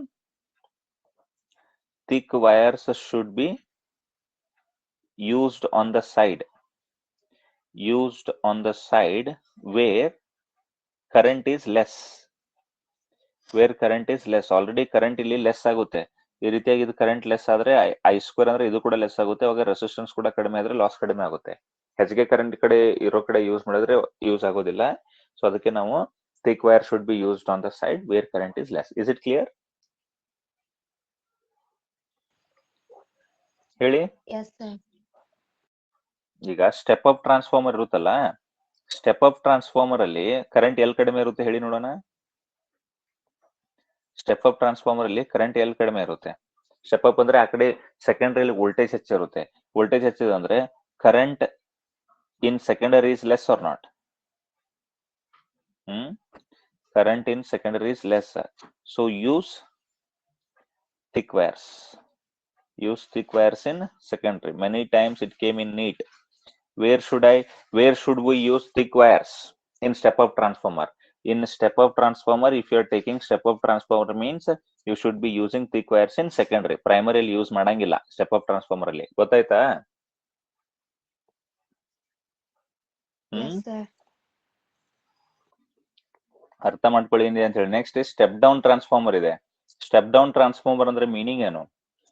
okay, voltage ಅನ್ನ ಕಡಿಮೆ ಮಾಡುತ್ತೆ. ವೋಲ್ಟೇಜ್ ಅನ್ನ ಆ ಕಡೆ ಕಡಿಮೆ ಮಾಡಿದ್ರೆ ಅಲ್ಲಿ ಕರೆಂಟ್ ಹೆಚ್ಚಿಗೆ ಇರುತ್ತೆ, ಅದ್ರ ಸಲುವಾಗಿ ಕರೆಂಟ್ ಎಲ್ಲಿ ಕಡಿಮೆ ಇರುತ್ತೆ, ಪ್ರೈಮರಿಯಲ್ಲೇ ಕರೆಂಟ್ ಕಡಿಮೆ ಇರುತ್ತೆ. Current in primary is less. Clear? Correct ಅಲ್ಲ? Yes, sir. ಸೊ ಅದ್ರ ಸಲುವಾಗಿ ಸೊ ಯೂಸ್ ರಿಕ್ವೈರ್ಸ್ ಇನ್ ಪ್ರೈಮರಿ. ಅನಾಲಿಸಿಸ್ ಅರ್ಥ ಆಯ್ತಾ ಎಲ್ರಿಗೂ ಮುದ್ದು ಮಕ್ಕಳೇ? ಹೇಳಿ ನೋಡ, ಅನಾಲಿಸಿಸ್ ಅರ್ಥ ಆಗಿದ್ರೆ ಎಸ್ ಅನ್ನಿ. Yes, sir. Okay, Yes, so ಈ ರೀತಿಯಾಗಿ ಅನಲೈಸ್ ಮಾಡ್ಕೊಂಡು ಇದ್ರ ಮೇಲೆ ಕ್ವಶನ್ಸ್ ಅನ್ನ ಮಾಡಬೇಕು. MCQ ಅಲ್ಲಿ ಬಂದಾಗ MCQ ಕ್ವಶನ್ಸ್ ಅಲ್ಲಿ ಬಹಳ ಹೆಚ್ಚಿಗೆ ಏನ್ ಸಾಲ್ವ್ ಮಾಡೋದು ಇರೋದಿಲ್ಲ, ಲಾಜಿಕ್ ಯೂಸ್ ಮಾಡೋದಿರುತ್ತೆ. ಓಕೆ, ಇದು ಎರಡನೇ ಲಾಸ್ ಆಯ್ತು. ಅದ್ರ ಲಾಸಸ್ ಹೆಂಗ್ ಕಡಿಮೆ ಮಾಡ್ಬೇಕಂತ ಕೂಡ ಹೇಳಿದೆ ನಾನು ನಿಮ್ಗೆ. ಎಕ್ಸಾಮ್ ಅಲ್ಲಿ ಕೇಳಿದಾಗ ಇಷ್ಟೆಲ್ಲ ಬರೆಯೋ ಅವಶ್ಯಕತೆ ಇಲ್ಲ, ಇದು ನಿಮ್ ಕಾಂಪಿಟೇಷನ್ ಬರುತ್ತೆ. ನೀವು ಇಷ್ಟು ಬರೆದ್ರೆ ಸಾಕು. ಎಷ್ಟು ಬರೆದ್ರೆ ಸಾಕು? ಇಲ್ಲಿದೆಯಲ್ಲ, ಯಾವ್ದಿದು, loss due to flux leakage ಒಂದು ಬರೀರಿ. 1 second. Loss due to flux leakage ಇದೆ, ಇದನ್ನೊಂದು ಮೆನ್ಷನ್ ಮಾಡಿ. ಅದಾದ್ಮೇಲೆ ನೆಕ್ಸ್ಟ್ ಎರಡನೇದು ಯಾವುದು, loss due to resistance of windings ಇದೆ, ಕಾಯಿಲ್ಸ್ ಇದೆ, ಇದನ್ನೊಂದು ಮೆನ್ಷನ್ ಮಾಡಿ. ನೆಕ್ಸ್ಟ್ ಮೂರನೇದು ಹೇಳ್ಕೊಡ್ತೀನಿ ನಾನು ಏನಿದೆ ಅಂತೇಳಿ. ಥರ್ಡ್ ಒನ್ ಏನ್ ಗೊತ್ತಾ, loss due to eddy current. Loss due to eddy current. Sir ಇದೆಲ್ಲಿಂದ ಬಂತು ಎಡ್ಡಿ ಕರೆಂಟ್ ಅಂದ್ರೆ? ಟ್ರಾನ್ಸ್ಫಾರ್ಮರ್ ಅಲ್ಲಿ ಏನಾಗ್ತಾ ಇರುತ್ತೆ ಹೇಳಿ? Current is changing or not? Current is changing. Current change ಆದ್ರೆ ಮ್ಯಾಗ್ನೆಟಿಕ್ ಫೀಲ್ಡ್ ಏನಾಗುತ್ತೆ? ಚೇಂಜಿಂಗ್. ಹೌದಾ? ಮ್ಯಾಗ್ನೆಟಿಕ್ ಫೀಲ್ಡ್ ಚೇಂಜ್ ಆದ್ರೆ ಮ್ಯಾಗ್ನೆಟಿಕ್ ಫ್ಲಕ್ಸ್ ಏನಾಗುತ್ತೆ? Changing. So magnetic flux change ಆದ್ರೆ ಏನ್ ಬರುತ್ತೆ? EMF ಬರುತ್ತೆ. EMF ಬಂದ್ರೆ ಏನಾಗುತ್ತೆ? Induce current. ಹೌದಾ? ಆಮೇಲೆ ಆ ಕಾಯಿಲ್ ಹೆಂಗಿದೆ ಅದು, ಅದು ಏನ ಕೋರ್ ಯೂಸ್ ಮಾಡಿರ್ತೀವಲ್ಲ, ಅದು ದಪ್ಪಗೆ ಇರುತ್ತೆ ತಾನೆ, ಈ ರೀತಿಯ ಕೋರ್. ಈ ರೀತಿಯ ಕೋರ್ ದಪ್ಪಗೆ ಇರುವಾಗ ಸೊ ಇದ್ರಲ್ಲಿ ಏನಾಗುತ್ತೆ, ಸೊ ಈ ರೀತಿಯಾಗಿ ಇನ್ಪುಟ್ ಆಮೇಲೆ ಈ ರೀತಿಯಾಗಿ ಔಟ್ಪುಟ್ ಇದ್ರೆ, ಸೊ ಇಲ್ಲೆಲ್ಲ ಔಟ್ಪುಟ್ ಇದ್ರೆ ಈ ರೀತಿಯಾಗಿ ಇದ್ರೊಳಗಡೆ ಕರೆಂಟ್ ಏನಾಗುತ್ತೆ? ರೊಟೇಟಿಂಗ್ ಕರೆಂಟ್ಸ್ ಬರುತ್ತೆ. ಸೊ ಇದರಿಂದ ಕೂಡ ಏನಾಗುತ್ತೆ? ಹೀಟ್ ಆಗಿ ಲಾಸ್ ಆಗುತ್ತೆ. ಗೊತ್ತಾಯ್ತಾ? ಈ ಇಂಡ್ಯೂಸ್ ಕರೆಂಟ್ ಬಂದಿರೋದ್ಲ ಇದೇನ್ ಮಾಡುತ್ತೆ? ಹೀಟ್ ಮಾಡುತ್ತೆ. Heating due to eddy current. Loss due to eddy current heating. Eddy current heating ಇಂದ ಕೂಡ ಏನಾಗುತ್ತೆ? ಲಾಸ್ ಆಗುತ್ತೆ. ಅರ್ಥ ಆಯ್ತಾ?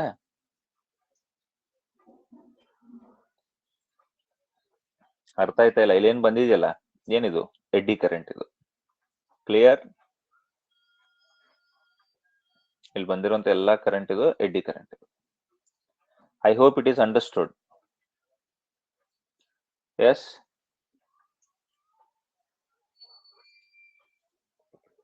please confirm, dear children. Is it Yes, clear? sir. Okay. Next, fourth one ಅಂದ್ರೆ ಲಾಸ್ ಡ್ಯೂ ಟು ಹಿಸ್ಟರ್ಸಿಸ್. ನಾನು already ಹೇಳ್ಕೊಟ್ಟಿದ್ದೀನಿ ಹಿಸ್ಟರ್ಸಿಸ್ ಅಂದ್ರೆ ಏನಂತ ಹೇಳಿ. ಇದರಲ್ಲಿ ಏನಾಗಿರುತ್ತೆ, ಬಾರಿ ಇಲ್ಲಿ ಕರೆಂಟ್ ಚೇಂಜ್ ಆಗುತ್ತಲ್ಲ, ಇದರಲ್ಲಿ ಅಲ್ಟರ್ನೇಟಿಂಗ್ ಕರೆಂಟ್ ಇದೆ. ಇದು AC ಇನ್ಪುಟ್ ಇದೆ. AC ಇನ್ಪುಟ್ ಇದ್ದಕ್ಕೆ ಫ್ರೀಕ್ವೆನ್ಸಿ ಎಷ್ಟಿದೆ ಇಂಡಿಯಾಲಿ? 50 ಹರ್ಟ್ಸ್ ಇದೆ. 50 ಹರ್ಟ್ಸ್ ಅಂದ್ರೆ 1 ಸೆಕೆಂಡ್ ಅಲ್ಲಿ 100 ಟೈಮ್ ಚೇಂಜ್ ಆಗುತ್ತದೆ. 50 ಹರ್ಟ್ಸ್ ಅಂದ್ರೆ ಈ ರೀತಿಯ ಮೇಲ್ಗಡೆ ಕೆಳಗಡೆ ಬರೋದು, ಹಂಗ್ 50 hertz 100 time loss due to hysteresis ಅಂದ್ರೆ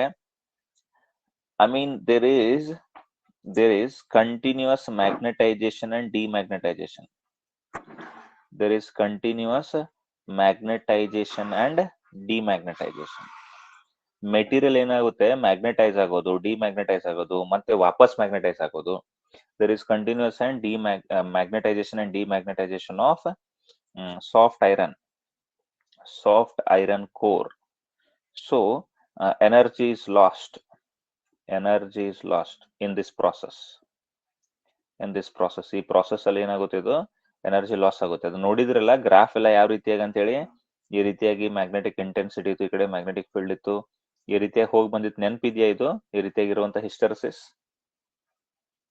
ಏನಿಲ್ವಾ? ಹಿಂಗ್ ಹೋಗಿ ಹಿಂಗ್ ಬಂದಿತ್ತು. ಇದ್ರಲ್ಲಿ ಎಲ್ಲ ರಿಟೆಂಟಿವಿಟಿ, ಕೋಹರ್ಸಿವಿಟಿ ಎಲ್ಲ ಡಿಸ್ಕಸ್ ಮಾಡಿದ್ವಿ. ಈ ರೀತಿಯಾಗಿ ಹೋಗಿ ಹಿಂಗ್ ಬಂದು ಹಿಂಗೆಲ್ಲ ಹೋಗಿತ್ತಲ್ಲ ಇದು. ಓಕೆ, ಸೊ ಈ ರೀತಿಯಾಗಿ ಎನರ್ಜಿ ಲಾಸ್ ಕೂಡ ಇದರಲ್ಲಿ. ಇಲ್ಲೇನು ಏರಿಯಾ ಬಂದಿದೆಯಲ್ಲ, ಸೊ ಇದು ಎಷ್ಟು ಏರಿಯಾ ಇರುತ್ತೆ ಅಷ್ಟು ಎನರ್ಜಿ ಲಾಸ್ ಆಗುತ್ತೆ. ನೋಡಿ, ಇದು ಏರಿಯಾ ಏನಿದೆ ಅದರಷ್ಟು energy loss is directly proportional to area of hysteresis. Area ಎಷ್ಟು ದೊಡ್ಡದಿರುತ್ತೆ ಅಷ್ಟೇನಾಗುತ್ತೆ? ಹಿಸ್ಟರ್ಸಿಸ್ ಲಾಸ್ ಕೂಡ ಆಗುತ್ತೆ. ಗೊತ್ತಾಯ್ತಾ? ಏರಿಯಾ ಆಫ್ ಹಿಸ್ಟರ್ಸಿಸ್ ಇದ್ದು ಎನರ್ಜಿ ಲಾಸ್ ಆಗುತ್ತೆ. Clear? Yes, sir. Okay. Next, how to reduce hysteresis loss? How to reduce hysteresis loss? Hysteresis loss ಅನ್ನು ಹೆಂಗ್ reduce ಮಾಡೋದು? ಓಕೆ, ಹೇಳಿ ನೋಡೋಣ. ಯೂಸ್ ಸಾಫ್ಟ್ ಐರನ್ ಕೋರ್ ಅಷ್ಟೇ, ಮತ್ತೇನಿಲ್ಲ. Use soft iron core of good quality. ಚಲೋ quality ಇರೋದನ್ನ ನೀವೇನಾದ್ರು ಯೂಸ್ ಮಾಡಿದ್ರೆ ಹಿಸ್ಟರಿಸಿಸ್ ಲಾಸ್ ಕಡಿಮೆ ಆಗುತ್ತೆ, ಒಂದೇದು. ನೆಕ್ಸ್ಟ್, ಆಮೇಲೆ how to reduce eddy current ಗೊತ್ತಿದೆ ನಿಮಗೆ. How to reduce eddy current loss. Eddy current loss ಅನ್ನ ಯಾವ ರೀತಿಯಾಗಿ ರಿಡ್ಯೂಸ್ ಮಾಡೋದು? Use laminated core. ಲ್ಯಾಮಿನೇಟೆಡ್ ಅಂದ್ರೆ ಎಕ್ಸ್ಪ್ಲೇನ್ ಮಾಡಿದ್ದೀನಿ. Use laminated core. ಒಂದ್ ವೇಳೆ ಲ್ಯಾಮಿನೇಟೆಡ್ ಅಂದ್ರೆ ಏನಂತ ಗೊತ್ತಿಲ್ಲ ಅಂದ್ರೆ ಎಲೆಕ್ಟ್ರೋಮ್ಯಾಗ್ನೆಟಿಕ್ ಇಂಡಕ್ಷನ್ ಅಲ್ಲಿ ಹೋಗಿ ಎಡ್ಡಿ ಕರೆಂಟ್ ಅಂತ ಇದೆ.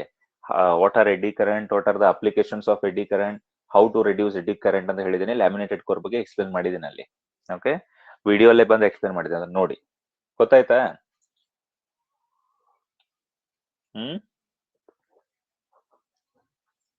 Did you understand all these things, dear children? Yes, sir. Okay, so I hope all the concept of this what is this the transformer, the concept of transformer is very very clear, I guess. Transformer ಯಾವ principal ಮೇಲೆ work ಆಗುತ್ತೆ, ಅದ್ರದ್ದು ಏನೇನು ಇದೆ, numericals ಅಲ್ಲಿ ಯಾವ ರೀತಿಯ questions ಕೇಳ್ತಾರೆ, ಆಮೇಲೆ ಪ್ರೈಮರಿ ಟರ್ಮ್ಸ್ ಅಲ್ಲಿ ಏನ್ ಯೂಸ್ ಮಾಡಬೇಕು, ಸೆಕೆಂಡರಿ ಟರ್ಮ್ಸ್ ಅಲ್ಲಿ ಎಲ್ಲಿ ಥಿಕ್ ವೈರ್ ಯೂಸ್ ಮಾಡಬೇಕು, ಲಾಸಸ್ ಯಾವ್ದಿದೆ ಅದನ್ನ ಹೆಂಗ್ ಕಡಿಮೆ ಮಾಡ್ಬೇಕಂತ ಎಲ್ಲ ಗೊತ್ತಾಗಿದೆ ಅಂತ ಅನ್ಕೊಳ್ತಾ ಇದ್ದೀನಿ. All right dear children? Yes, sir. Yes, so I hope it is clear. So shall we end the class?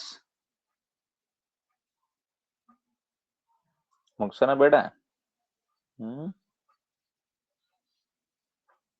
ಓಡಿ ಹೋಗ್ಬೇಡ್ರೆ, ಒಮ್ಮಿಂದೊಮ್ಮೆ ಕ್ಲಾಸ್ ಬಿಟ್ಟ ಮುಗ್ಸೋಣ ಬೇಡ. ಹೇಳ್ರಿ ಒಂದ್ ಸ್ವಲ್ಪ ಮಾತಾಡ್ರಿ, ಏನಾಗೋದಿಲ್ಲ. ಓಕೆ, ಹಾ ಹೇಳ್ರಿ. ಸರ್, ಐಡಿಯಲ್ ಸರ್ಕ್ಯೂಟ್ ಒಳಗೆ ಯಾಕ್ರಿ ಅಲ್ಲಿ ಪ್ಲಸ್ ಔಟ್ಸೈಡ್ ರಿಪಲ್ ಆಗಲ್ಲ? ಅಲ್ರಿ, ಐಡಿಯಲ್ ಅಂದ್ರೆ ಮೀನಿಂಗ್ ಏನ್ರಿ? ಐಡಿಯಲ್ ಸ್ಟೂಡೆಂಟ್ ಅಂದ್ರೆ ಯಾರ್ರಿ? ನಾವ್ ಹೇಳಿದ್ ಎಲ್ಲಾನು ಕೇಳೋರ್ ಐಡಿಯಲ್ ಸ್ಟೂಡೆಂಟ್ ರೀ. ಹಂಗಿರ್ತಾರನ್ರಿ ಯಾರ? ಏನು ಲಾಸ್ ಇಲ್ಲ ಅನ್ಕೋತಿರೋ ನಾವು, ಫ್ಲಕ್ಸ್ ಲೀಕ್ ಆಗೋದಿಲ್ಲ ಅತ ಆಕ್ಚುಲಿ ಪ್ರಾಕ್ಟಿಕಲ್ ಒಳಗ ನಾ ಹೇಳೋದು ತಿಳಿಯಾಕತ್ರಿ. ನಾನು ನಿಮ್ಗೆ ಹೇಳೋದು ಏನಂತ ಹೇಳಿ, ಐಡಿಯಲ್ ಅಂದ್ರೆ ಮೀನಿಂಗ್ ಏನೋ ಫ್ಲಕ್ಸ್ ಲೀಕೇಜ್ ಆಗಂಗಿಲ್ಲತ್ತಲ್ಲ, ಆಗಂಗಿಲ್ಲ ಅಂತ ಹೇಳಿ ನಾವ್ ಅನ್ಕೋತೀವಿ. ಎಡ್ಡಿ ಕರೆಂಟ್ ಆಗುದಿಲ್ಲ ಅತ್ ನಾವ್ ಅನ್ಕೋತೀವ, ಆಕೈತಿ ಅಲ್ಲಿ. ಐಡಿಯಲ್ ಅಂದ್ರೆ ಅದ್ರೊಳಗಡೆ ರೆಸಿಸ್ಟೆನ್ಸ್ ಇಂದ ಲಾಸ್ ಆಗುದಿಲ್ಲ ಅತ್ ನಾವ್ ಅನ್ಕೋತೀವಿ, ಹಿಸ್ಟರಿಸಿಸ್ ಇಂದ ಲಾಸ್ ಆಗುದಿಲ್ಲ ಅತ್ ನಾವ್ ಅನ್ಕೋತೀವಿ. ಐಡಿಯಲ್ ಅಂದ್ರೆ ಹಂಗ ಅನ್ಕೋತೀವಿ. ಅನ್ಕೊಳ್ಳೋದು ಐಡಿಯಲ್ ಅಂದ್ರೆ ಇರುದಲ್ರಿ, ಪ್ರಾಕ್ಟಿಕಲ್ ಅಂದ್ರೆ ಇರುದು. ಗೊತ್ತಾಯ್ತು?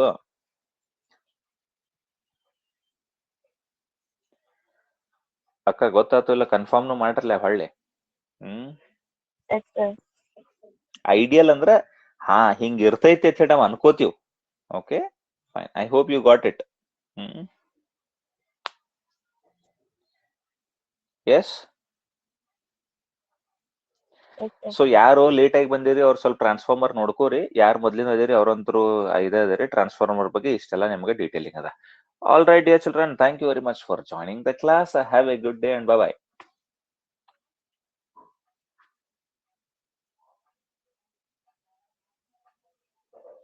ಯಾರು ಬಾಯಿನೂ ಅನ್ವಲ್ರ, ಹಂಗ ಹೊಂಟ್ಬಿಟ್ಟಾರ. Thank you sir. Bye, sir. ನಿನಗೇನು ಬೇಡುವುದಿಲ್ಲ ಅಂತ ಆಗೈತೆ ನನ್ನ ಪರಿಸ್ಥಿತಿ. Bye everyone, have a good day.